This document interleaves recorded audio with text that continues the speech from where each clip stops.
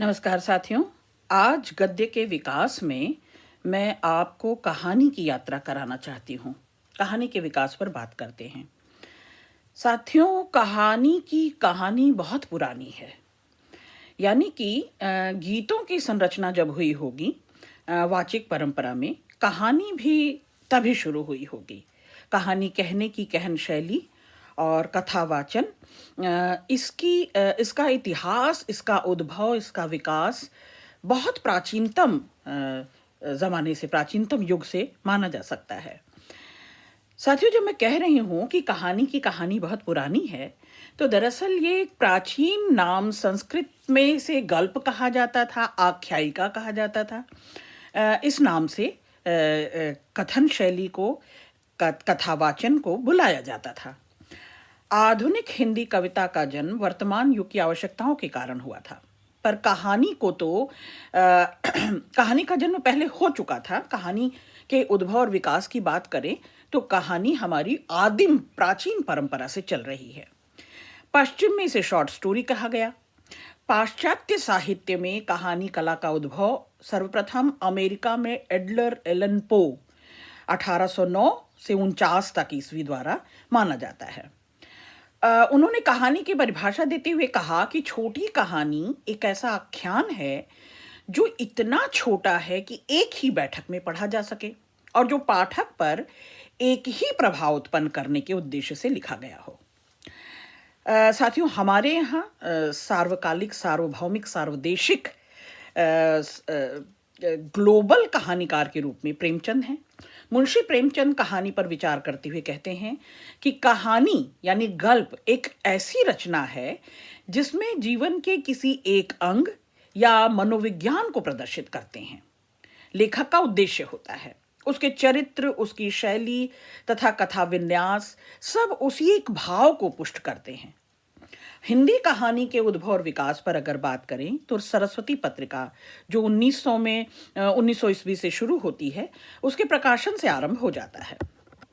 साथियों, हम इस पर भी बात करेंगे कि प्रथम कहानी किसे कहा जाए।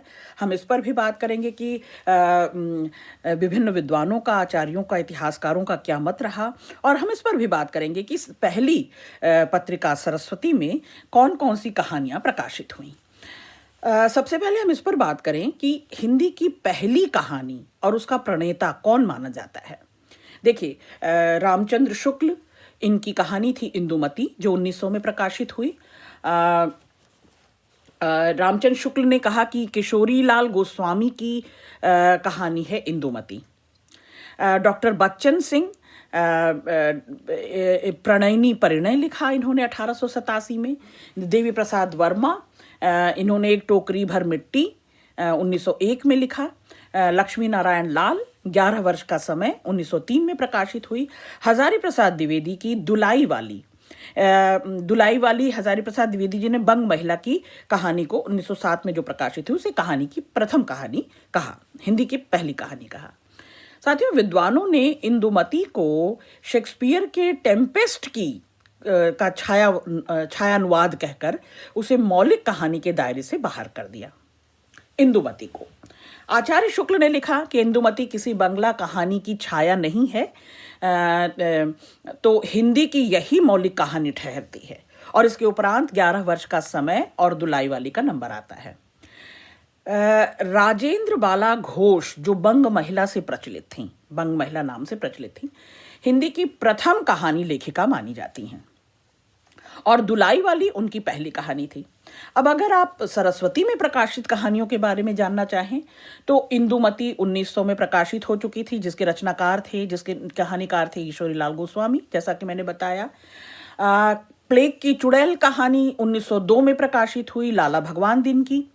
11 वर्ष का समय 1903 में प्रकाशित हुई, आचार्य रामचंद्र शुक्ल की। और एक के दो ये 1906 में लाला पार्वती नंदन जी की। दुलाई वाली कहानी बंग महिला की कहानी थी, 1907 में प्रकाशित हुई थी सरस्वती पत्रिका में। ऐसे ही रक्षाबंधन विश्वंभर नाथ शर्मा कौशिक की कहानी थी। प्रेमचंद की 1915 में कहानी सरस्वती में प्रकाशित हुई सौत नाम से। प्रेमचंद की ही 1916 में प्रकाशित हुई पंच परमेश्वर। और चंद्रधर शर्मा गुलेरी जी की कहानी 1915 में प्रकाशित हुई, उसने कहा था। साथियों, यहाँ बताना बड़ा ज़रूरी है कि चंद्रधर शर्मा गुलेरी जी ने 3 ही कहानियाँ लिखी और वे अमर हो गए, बुद्धू का कांटा, सुखमय जीवन और उसने कहा था। उन 3 कहानियाँ उन्होंने लिखी और तीनों कहानियाँ प्रचलन में, प्रसिद्धि में सबसे उत्तम माने गई। हिंदी कहानी के समूचे विकास क्रम को आप 4 हिस्सों में बांट सकते हैं और उस 4 हिस्सों को मैं विस्तार से आपको बतलाऊंगी, समझाऊंगी। सबसे पहले आप माने तो हमारे जो सर्वप्रचलित, सर्वमान्य और जिन्हें मैं ग्लोबल कहानीकार कहती हूँ, प्रेमचंद ही हैं। इनके पूर्व की कहानी, तो क्यों ना इन्हीं के नाम पर प्रेमचंद पूर्व कहानी, प्रेमचंद युगीन कहानी, प्रेमचंद के बाद की यानी प्रेमचंदोत्तर कहानी और समकालीन कहानी, इन 4 हिस्सों में मैं कहानी के उद्भव और विकास को समझाऊंगी। तो साथियों, आगे बढ़ते हैं। प्रेमचंद से पहले जो कहानियां लिखी गईं, अगर उन पर चर्चा की जाए तो 1900 से पूर्व जो कहानियां प्रकाशित हुई थी और जो संग्रह प्रकाशित हुए थे, उनका उल्लेख होना चाहिए। राजा शिव प्रसाद सितारे हिंद की कहानी थी वामा मनोरंजन। ऐसे ही चंडी प्रसाद सिंह की कहानी थी हास्य रत्न। किशोरीलाल गोस्वामी की कहानी थी प्रणयनी परिणय और अंबिका दत्त व्यास की कहानी थी कथा कुसुम कलिका। ये सभी प्रेमचंद से पूर्व की कहानियां हैं, कहानी संग्रह हैं जो प्रचलन में रहे और जिनको लोकप्रियता और इतिहास में जिन्हें दर्ज कराया गया। प्रेमचंद युगीन हिंदी कहानी पर बात कीजिए तो इस युग में कहानियों को जीवन की नई समस्याओं से जोड़ा गया, ठीक है। और सबसे पहले कथा सम्राट प्रेमचंद ने ही इसे जीवन की समस्याओं से जोड़ा। उपन्यास हो, कहानियां हो, दोनों ही विधाओं में प्रेमचंद आदर्श और यथार्थ दोनों को साथ लेकर अग्रसर होते हैं। और इसे उनकी पहली कहानी अगर माना जाए तो पंच परमेश्वर, जो 1917 में प्रकाशित हुई थी, और यह आखिरी कहानी उनकी जो कफन 1936 तक जिसे हमने देखा। तो ये इस लंबी यात्रा को भी हम प्रेमचंद युगीन, प्रेमचंद के समय की कहानी में तय करेंगे। प्रेमचंद का नाम नवाब राय था। आप सब जानते हैं कि उर्दू में सबसे पहले उन्होंने लिखना शुरू किया और नवाब राय नाम से ही वो उर्दू में लिखा करते थे। नवाब राय के प्रथम कहानी संग्रह को अगर माने तो 1908 में सोजे वतन, जो ब्रिटिश सरकार ने जब्त कर लिया था, सोजे वतन की 5 कहानियां का संग्रह, सोजे वतन नाम से 5 कहानियों का संग्रह उर्दू में प्रकाशित था। प्रेमचंद की पहली कहानी पंच परमेश्वर, ये 1917 में, और अंतिम कहानी हिंदी कहानी, पहली हिंदी कहानी पंच परमेश्वर जो 1917 में प्रकाशित हुई और अंतिम कहानी कफन 1936 में प्रकाशित हुई। तो इस लंबी यात्रा को हम कहानी के उद्भव और विकास में तय करेंगे। आप प्रेमचंद के कहानी संग्रहों को अगर गिनना चाहें तो सप्त सरोज है, नवनिधि है, प्रेम पूर्णिमा, प्रेम पचीसी, प्रेम प्रतिमा, प्रेम चतुर्थी, प्रेम कुंज, इस तरह से कई संग्रहों में लगभग 300 कहानियां प्रेमचंद ने लिखी।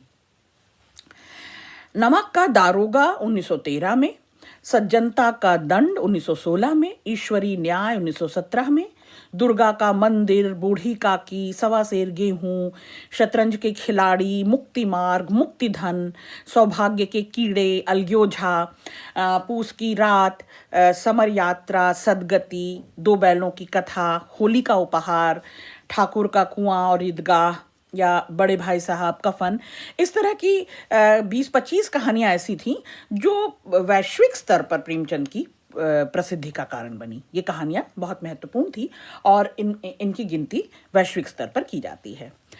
लगभग 300 कहानियां प्रेमचंद ने लिखी जो मानसरोवर शीर्षक से 8 भागों में प्रकाशित है।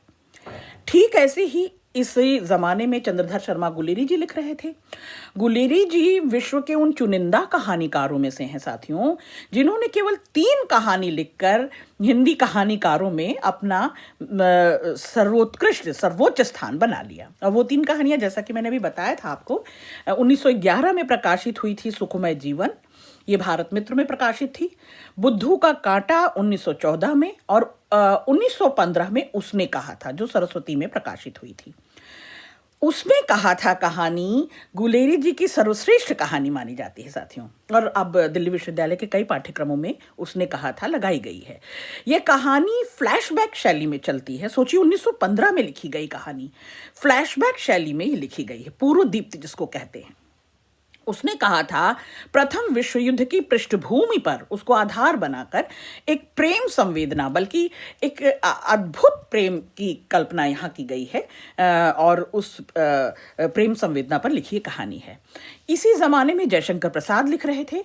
जयशंकर प्रसाद की पहली कहानी 1911 में प्रकाशित हुई थी ग्राम नाम से, और ये इंदु पत्रिका में प्रकाशित हुई थी। और जयशंकर प्रसाद जी की आखिरी कहानी सालवती जी को माना जाता है। इनका पहला कहानी संग्रह छाया 1912 में आया, और अंतिम कहानी संग्रह इंद्रजाल 1936 में। लगभग प्रेमचंद के समय की ही यात्रा प्रसाद ने भी तय की। प्रसाद के प्रमुख कहानी संग्रह थे छाया, प्रतिध्वनि, आकाशदीप, आंधी और इंद्रजाल। इनकी प्रमुख कहानियां अगर आप जानना चाहें तो आग, चंदा, गुलाम, चित्तौड़ उद्धार, पत्थर की पुकार, उस पार का योगी, देवदासी, ममता, घीसू, बिसाती, सालवती, मधुआ, पुरस्कार कहानी बहुत ही चर्चित और रही, लोकप्रिय रही, गुंडा कहानी प्रसाद की बहुत ही चर्चित रही, छोटा जादूगर, स्वर्ग के खंडहर और हिमालय का पथिक, समुद्र संतरण। प्रेमचंद के बाद की कहानी पर अगर आप उस विकास को तय करें, उस यात्रा को तय करें, तो प्रेमचंद युग के अंतिम चरण के सर्वाधिक समर्थ कहानीकारों में जैनेन्द्र कुमार का नाम आता है। इलाचंद्र जोशी हैं, जैनेन्द्र कुमार हैं, यशपाल हैं, अज्ञेय और अश्क, उपेंद्रनाथ अश्क, ये सभी कहानीकार प्रेमचंद के बाद लिख रहे थे और इनका खासा नाम हुआ, इनको लोकप्रियता अर्जित हुई।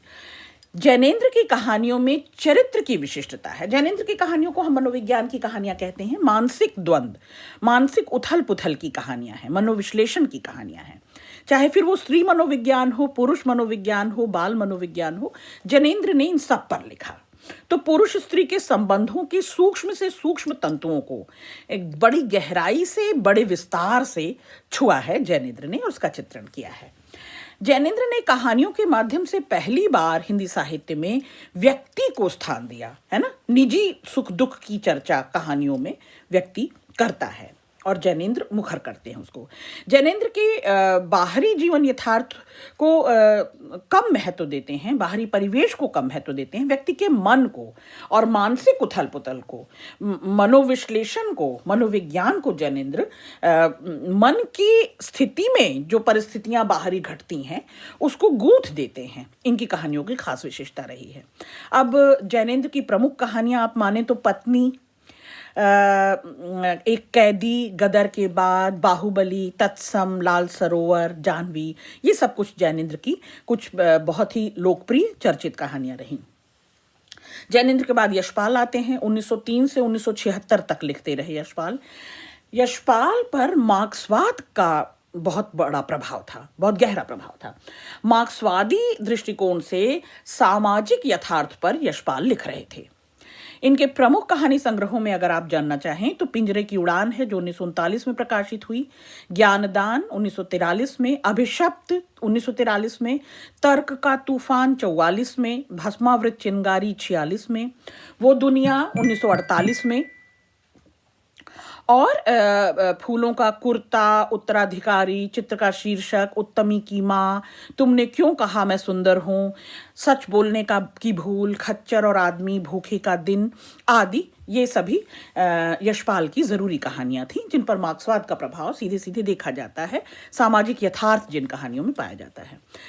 इनकी प्रमुख कहानियाँ थीं साग, मनु की लगाम, धर्मरक्षा, ज्ञानदान, दूसरी नाक, प्रतिष्ठा का बोझ आदि। यशपाल के बाद हम इलाचंद्र जोशी को अगर लेते हैं तो इलाचंद्र जोशी 1902 से 1982 तक लगातार लिखते रहे। इलाचंद्र जोशी जी कथा साहित्य में जैनेन्द्र की तरह ही मनोविश्लेषण को विशिष्ट धारा के रूप में, विशिष्ट धारा के प्रवर्तक के रूप में प्रसिद्धि पाते हैं। इलाचंद्र जोशी ने अपनी कहानियों में दमित काम वासनाओं पर या मानसिक विकृतियां जो हैं, हमारी कुंठाएं जो हैं, निराशा, हताशा, हार और दमित काम ग्रंथियां जो हैं इनको अपनी कहानियों में आधार बनाया और उसको आधार बनाकर व्यक्ति के मानसिक उन्नयन पर भी उन्होंने बल दिया। इलाचंद जोशी जी के बाद हम सच्चिदानंद हीरानंद वात्स्यायन अज्ञेय को ले सकते हैं प्रेमचंदोत्तर कहानियों के लिए। प्रेमचंद के बाद की कहानियों के लिए और प्रमुख कहानीकारों में अज्ञेय का नाम आता है। 1911 से 1987 तक अज्ञेय वैज्ञानिक यथार्थ में क्योंकि विश्वास करते थे और इसी कारण उसके विविध स्तरों पर व्यक्ति को देख परख रहे थे और उनकी कहानी का नायक वो कर रहा था। बदलते हुए संदर्भों में जो नैतिक और आध्यात्मिक मूल्य हैं उनको प्रतिष्ठित करने की कहानी में उनको प्रतिष्ठित करने की अज्ञेय की चेष्टा रही है। अज्ञेय की दृष्टि में नैतिकता हो सामाजिकता हो ये दोनों ही जीवन मूल्य जो हैं वो निर्णायक हैं व्यक्ति के। अज्ञेय के प्रमुख कहानी संग्रह में आप देखें तो विपथगा 1937 में प्रकाशित हो गई थी, परंपरा, अमर वल्लरी और कोठरी की बात, शरणार्थी बहुत ही चर्चित रही, जयदोल बहुत चर्चित रही, ये तेरे प्रतिरूप और इनकी ज़रूरी कहानियाँ जो आज भी प्रचलन में हैं और पाठ्यक्रम में पढ़ाई जाती हैं। होली बोन की बतखें, मेजर चौधरी की वापसी, कड़ियाँ, सिग्नेचर, रोज़, गैंग्रीन, ये कहानियाँ बहुत ज़रूरी कहानियाँ रहीं। उपेंद्रनाथ अश्क भी आते हैं इसी प्रेमचंदोत्तर कहानी की विकास यात्रा में। 1910 से 1996 तक वे लिखते रहे। अश्क प्रारंभ से ही यथार्थवादी कथाकार कहलाए, है ना। तो यथार्थ कहानियां, जीवन की वास्तविकता की कहानियां, खासतौर पे निम्न मध्यम वर्ग के जीवन को और उनके आसपास को, उनके परिवेश को, उनकी परिस्थितियों को कथा का विषय बनाया। इनके प्रमुख कहानी संग्रह आप देखें उपेंद्रनाथ अश्क के तो पिंजरा है, अंकुर, छींटे, बैंगन का पौधा या पलंग, आकाशचारी, इस तरह की कुछ प्रमुख कहानियां मानी जाती हैं। साथियों, ये 3 विकास यात्रा आपने देखा जिसमें आप ये देखें कि प्रेमचंद से पहले, प्रेमचंद का युग और प्रेमचंद के बाद का युग। अब चौथा विकास जो आज का समय है, जो हमारा समय है, समकालीन समय है, हमें समकालीन कहानीकार के रूप में भी समकालीन दौर की कहानियों पर भी बात कर लेनी चाहिए। समकालीन कहानी में या नई कहानी में 1960 से जो कुछ भी प्रकाशित हुआ उसे नई कहानी के नाम से जाना गया। नई कहानी को प्रतिष्ठित करने का श्रेय पूरी तरह से मोहन राकेश पर जाता है। मोहन राकेश लिख रहे थे इस दौर में, राजेंद्र यादव लिख रहे थे, कमलेश्वर लिख रहे थे, नामवर सिंह भी लिख रहे थे।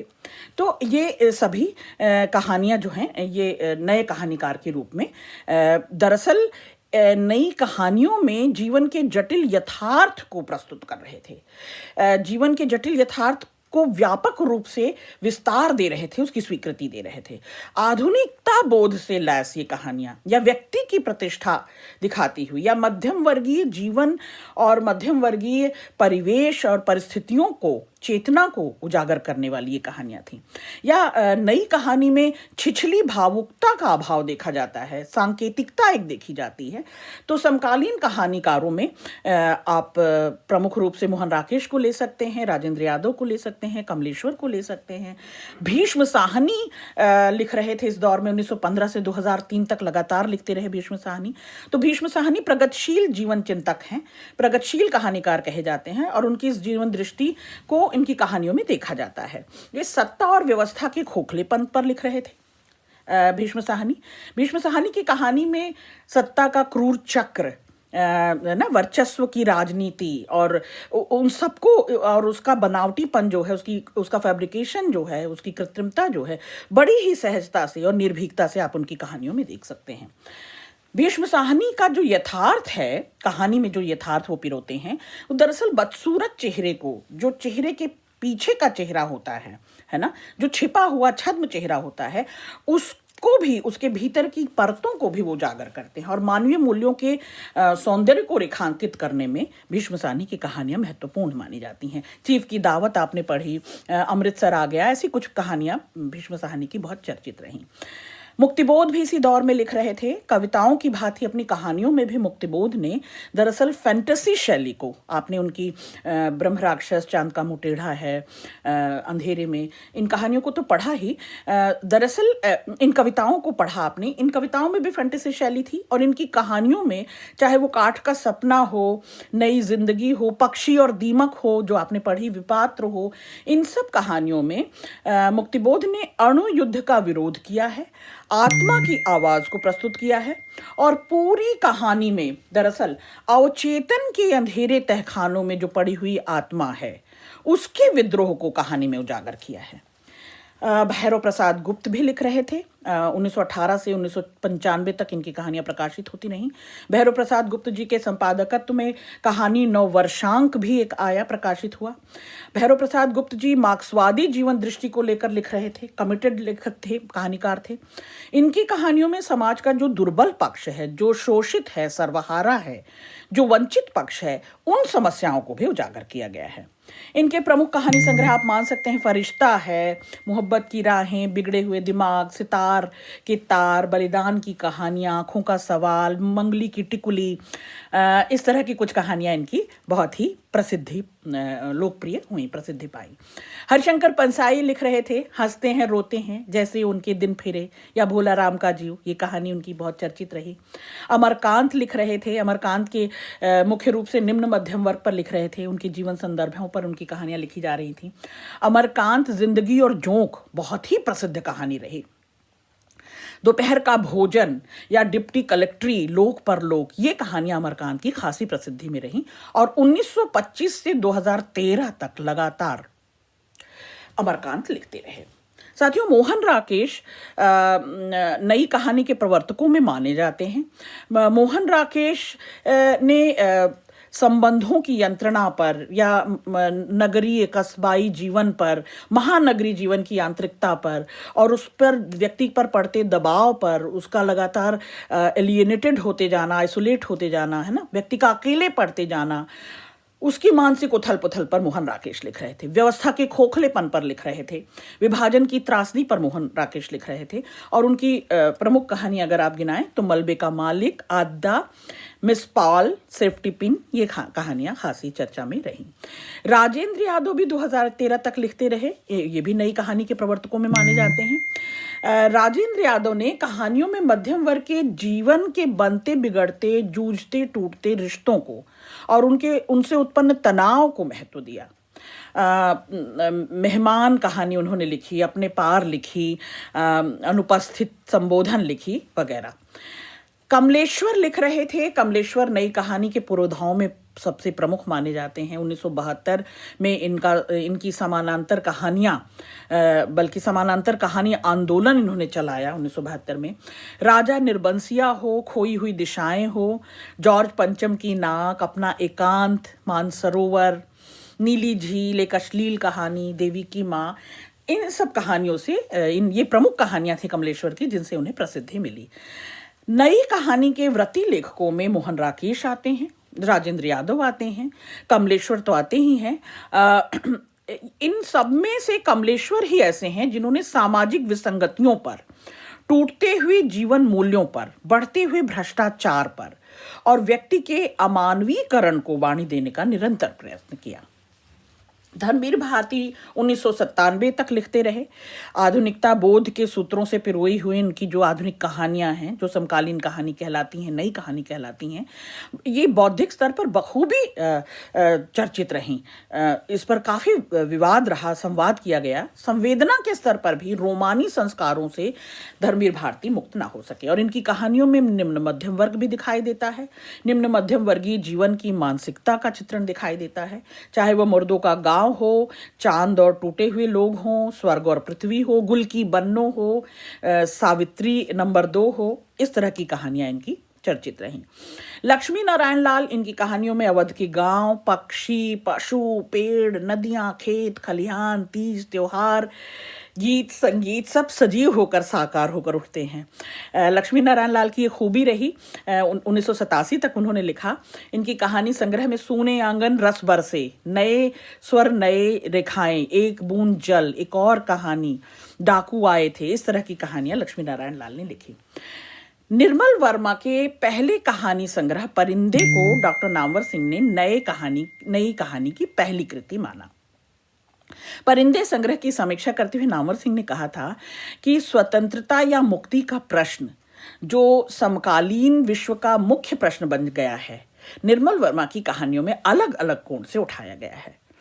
फणीश्वर नाथ रेणु भी नए कहानीकारों में गिने जाते हैं। रेणु की नई कहानी के दौर में ग्राम अंचल की जो विशिष्टता है इनकी कहानियों में, जो ताजगी और जीवंतता है इनकी कहानियों में, जो वो गांवों की अनुभूति को, ताजगी को, जीवंतता को लेकर चलते हैं अंचल विशेष की, वो अन्य कहानीकारों से उनको अलगाती है। चाहे वो तीसरी कसम, मारे गए गुलफाम, या ठुमरी, अग्निखोर, रसप्रिया, ऐसी कहानियां इनकी प्रसिद्ध रहीं। इसी समय शिव प्रसाद सिंह भी लिख रहे थे, 1998 तक बल्कि लिखते रहे। आर पार की माला, कर्मनाशा की हार, इन्हें भी है इंतजार, मुर्दा सराय, अंधेरा हंसता है भेड़िया, ये कहानियां चर्चित रहीं। कृष्ण बलदेव वैद लिख रहे थे बीच का दरवाज़ा, मेरा दुश्मन, दूसरे किनारे से, लापता, बच्चलन बीबियों का द्वीप, वगैरह वगैरह कई कहानियां इन्होंने लिखी। और मार्कंडेय लिख रहे थे 2010 तक, पान फूल, पत्थर और परछाइयाँ, महुए का पेड़, हंसा जाए अकेला, ये प्रसिद्ध कहानी रही इनकी। रघुवीर सहाय जो नई कविता में शिरकत कर रहे थे, छायावाद उत्तर कविता में अपना बहुत चर्चित नाम बना चुके थे, प्रतिष्ठा बना चुके थे, उन्होंने भी कुछ कहानियां लिखी। सीढ़ियों पर धूप में, रास्ता इधर से है, जो आदमी हम बना रहे हैं, ये कुछ कथा संग्रह इनकी रघुवीर सहाय की भी आई। और इनकी प्रमुख कहानियों में हम देख सकते हैं तो मेरे और नंगी औरत के बीच, मुठभेड़, 30 मिनट, सेब, ये कहानियां प्रचलन में रही। तो साथियों, आज हमने हिंदी कहानी के उद्भव और विकास की यात्रा तय की। बहुत शुक्रिया।